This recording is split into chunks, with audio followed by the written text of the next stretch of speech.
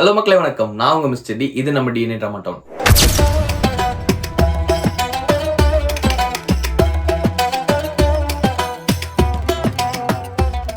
இன்னைக்கு நம்ம என்ன பார்க்க போறோம்னா, நம்ம கோலிவுட்ல ரீசெண்டா அதுவும் சோஷியல் மீடியால இப்போ ட்ரெண்டிங்கா இருக்கிற ஒருத்தரை பத்தி தான் பார்க்க போறோம். Rise of the dragon Pradeep Ranganathan. ஆக்சுவலா பாத்தீங்கன்னா சென்னையில் பிறக்கிற இவர் எஸ்எஸ்என் காலேஜில் இன்ஜினியரிங் முடிக்கிறாரு. அப்போது அந்த காலேஜ் டைமில் அவர் சின்னதாக ஷார்ட் ஃபிலிம்ஸ் பண்ணுறாரு.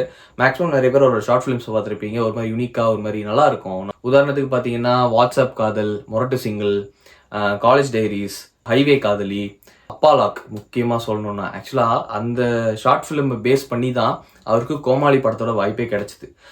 அர்ச்சனா கல்பாத்தியா இருக்கட்டும் அண்ட் விஜய் நிறுவனம், அப்புறம் ஜெயம் ரவி சார், அப்புறம் வேல்ஸ் இன்டர்நேஷனல், இவங்க எல்லாருமே இவங்க மேலே வச்ச நம்பிக்கையே பார்த்தீங்கன்னா அவரோட முதல்ல அந்த ஷார்ட் ஃபிலிம் தான்.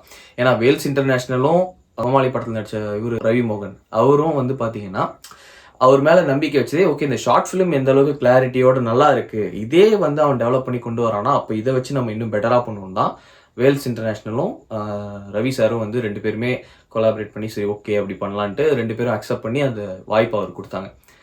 வாய்ப்பு இப்போ கிடைக்காது ரொம்ப கஷ்டம் தான். ஆனால் இந்த காலத்துல கிடைக்கிற வாய்ப்பை யூஸ் பண்றது ரொம்ப ரொம்ப கஷ்டம். அதையுமே சரியா பயன்படுத்தி தான் கோமாளி மூலமா ஒரு டைரக்டரா இந்த கோலிவுட் இண்டஸ்ட்ரிக்கு அறிமுகமானாரு பிரதீப் ரங்கநாதன். ஆக்சுவலா அவரோட கனவு பார்த்தீங்கன்னா ஒரு ஆக்டர் ஆகணும் அப்படின்றத, தன்னோட ஆக்டிங் ஸ்கில்ஸை வெளிப்படுத்தணுன்றதுக்காக தான் அந்த ஷார்ட் ஃபிலிம்ஸே பண்ணாரு. ஆனா அவரே பார்த்தீங்கன்னா டைரக்ட் பண்ணி, எடிட்டிங் பண்ணி, அவரே ப்ரொடியூஸ் பண்ணி தன்னோட ஸ்கில்லை, தன்னோட டேலண்ட்டை வெளியே காட்டணுன்றதுக்காக எல்லாத்தையுமே அவர் தான் ட்ரை பண்ணியிருக்காரு. அப்படி பண்ணி தான் ஆக்சுவலாக அவர் இந்த இடத்துக்கே வந்திருக்காரு. அதனால தான் பார்த்தீங்கன்னா கோமாளி படத்தை ஒரு நல்ல ஒரு ஃபேஸ் வேல்யூ உள்ள ஒரு ஆக்டர் பண்ண நல்லா இருக்கும் தான் ஜெயம் ரவி கிட்ட போனது. அதுவுமே நல்லா ஹிட் ஆச்சு.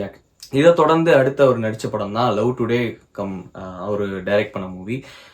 நான்லாம் படம் எதர்ச்சியா வேற ஒரு படத்துக்கு டிக்கெட் எடுக்க போய் சரி அது கிடைக்கலையேன்ட்டு சரி இந்த படம் பார்ப்போம் அப்படின்னு சொல்லி எந்த ஒரு எக்ஸ்பெக்டேஷனுமே இல்லாமல் உள்ள போன படம் தான் லவ் டுடே. ஆனால் படம் முடிஞ்சு வெளியே வர வரைக்கும் சிரிச்சுக்கிட்டே இருந்தேன். ஏன்னா அப்போதான் காலேஜ் முடிச்சு கொஞ்சம் இயர்ஸ் ஒர்க் பண்ணிட்டு இருந்தேன் அந்த டைமு.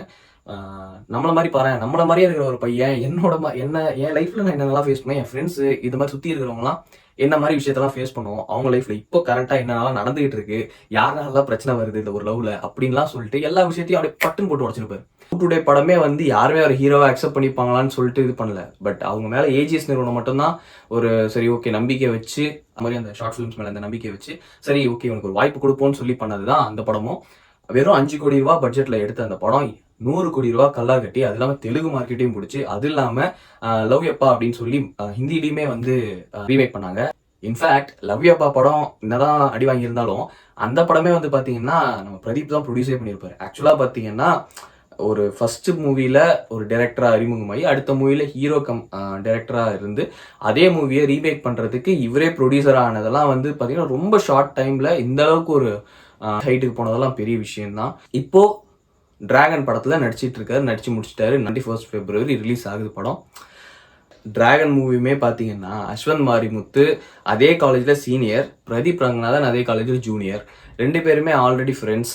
அவங்களோட லைஃபே திரும்ப அப்போ நடந்த மூமெண்ட்டே ரீக்ரியேட் பண்ணுற மாதிரி தான் இப்போ இந்த படமும் நடந்துகிட்டு இருக்குன்னு சொல்லலாம்.